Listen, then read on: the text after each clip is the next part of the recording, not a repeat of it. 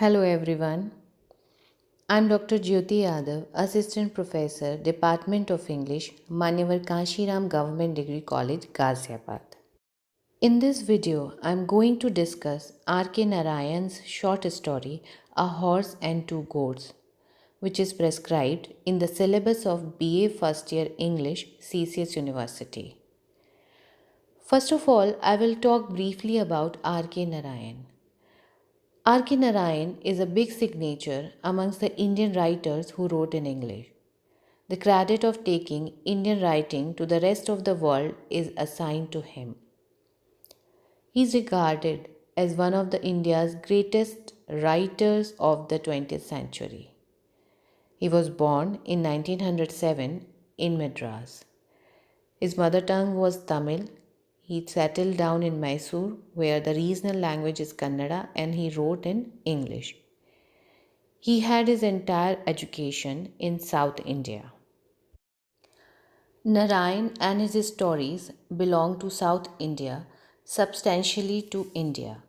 He writes in English, but his thoughts and feelings are essentially Indian. The social and cultural life which he depicts in his stories is Indian. The psychological and emotional sides of the characters which he portrays are all from Indian soil. Some of the renowned novels of Narayan are Swami and Friends, Bachelor of Arts, The Dark Room, The English Teacher, Mr. Sampath, The Financial Expert, and The Guide. His famous short stories collections are Malgudi Days, An Astrologer's Day, and Other Stories, Under the Banyan Tree and Other Stories, and The Grandmother's Tale and Selected Stories. A Horse and Two Goats and Other Stories is another collection of short stories published in 1970. Our story, A Horse and Two Goats, is the title story of this collection. This story is a narrative of a financial deal between an American tourist and an Indian goat herder, Muni.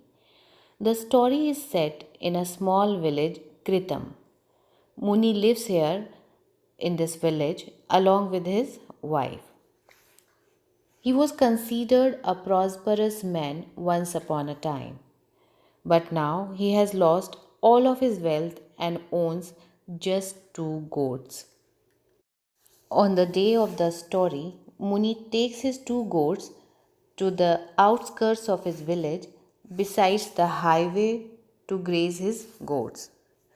Muni is sitting under a horse statue where he meets an American by chance. The American is fascinated by the horse statue and proposes to Muni to buy it. Here, a funny conversation starts between them. The American does not understand Tamil and Muni does not understand English. The American bargains with Muni while Muni is not understanding the deal and telling the American mythological stories. The American gives Muni a 100 rupee note to buy the statue. Muni thinks that the American wants to buy his goats. He is happy that he has sold his goats for a good price. Leaving his goats with the American, Muni comes back to his home while the American takes away the statue of the horse afterwards. Muni, after reaching home, tells his wife that he has sold his goats for 100 rupees. His wife does not believe him. She thinks that he has committed a theft. Her doubt gets stronger when the goats return home after some time.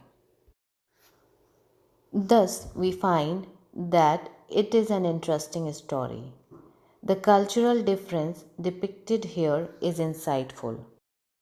The American is a materialistic person who thinks that he can buy everything with money. He also tries to manipulate Muni for the deal, while Muni is spiritualistic and is proud of his mythology and heritage.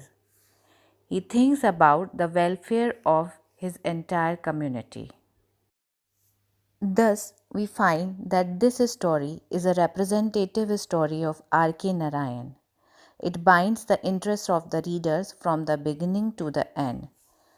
We also get to know the glimpse of the British rule period of India and the lives and perspective of the people at large.